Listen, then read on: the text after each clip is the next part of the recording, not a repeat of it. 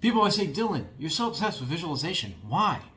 And I tell them, quite frankly, it's because that's what the subconscious mind loves. It loves physical repetition. It loves you to be out there actually practicing because that's giving it input. Okay, but it really loves imagery. It loves imagery when you're not doing anything. You can feed the subconscious mind with imagery. It has a passionate love affair with the images that you have in your mind. Now, it's very close friends with language and the words you use. It likes that, but it loves imagery. Imagery came before words, before language. And I can prove this to you. Tell me if I'm lying. Any of you have a dog. If you have a dog, sometimes they fall asleep and they're always on their side like this, right? And you'll see them start to growl and bark a little bit, and then they start to run. What are they doing? They're having a dream. They're visualizing, you might say, chasing something. They're practicing, you might say, right? So even animals visualize. It sounds kind of crazy, but they do. They go into dreams, and they're having their little mental life in their dreams, and they're out there chasing. It's a form, you might say again, of practice. So I absolutely love imagery. I think it's a fundamental way to immediately start to improve. So there are 3 times throughout the day that you want to visualize. Right when you wake up, you should visualize. And here's a thing, a little hack. Keep a basketball right beside your bed, or whatever sport you play.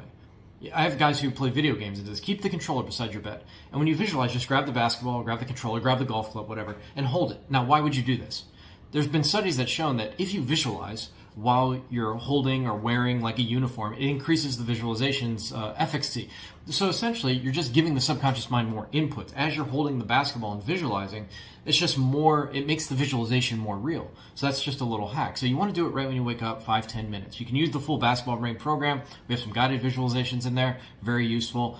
You want to do that and like something like mental swishes where you see a bunch of swishes over and over again. 5-10 minutes. If you're really dedicated, go 15. 15 minutes out of your day to visualize. It's nothing. The second time you want to visualize is anytime you have a downtime during the day. So you're stuck in traffic, you're stuck in a line, just hit 3 to 5 game winners really quick in your mind.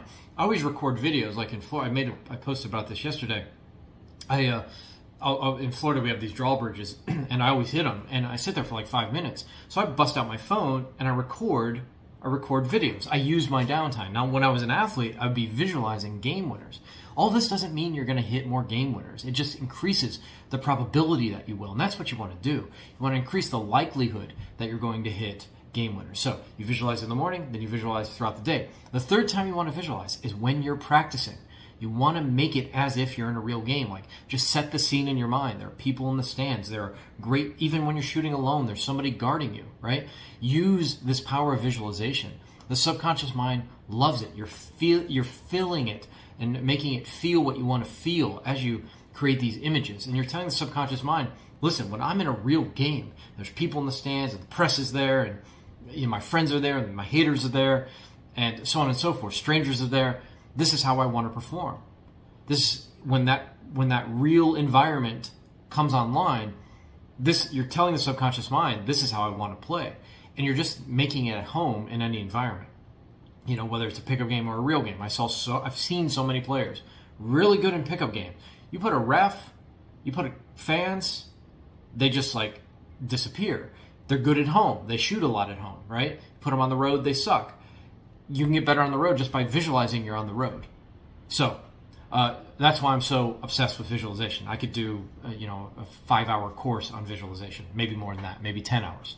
There's so many little nuances to it. But just basically visualizing yourself dominating is extremely, extremely helpful to your game. Do it throughout those 3 times. It just becomes natural.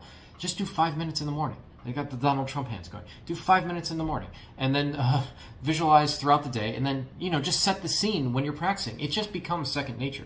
And, I hit a lot of game winners in my basketball career.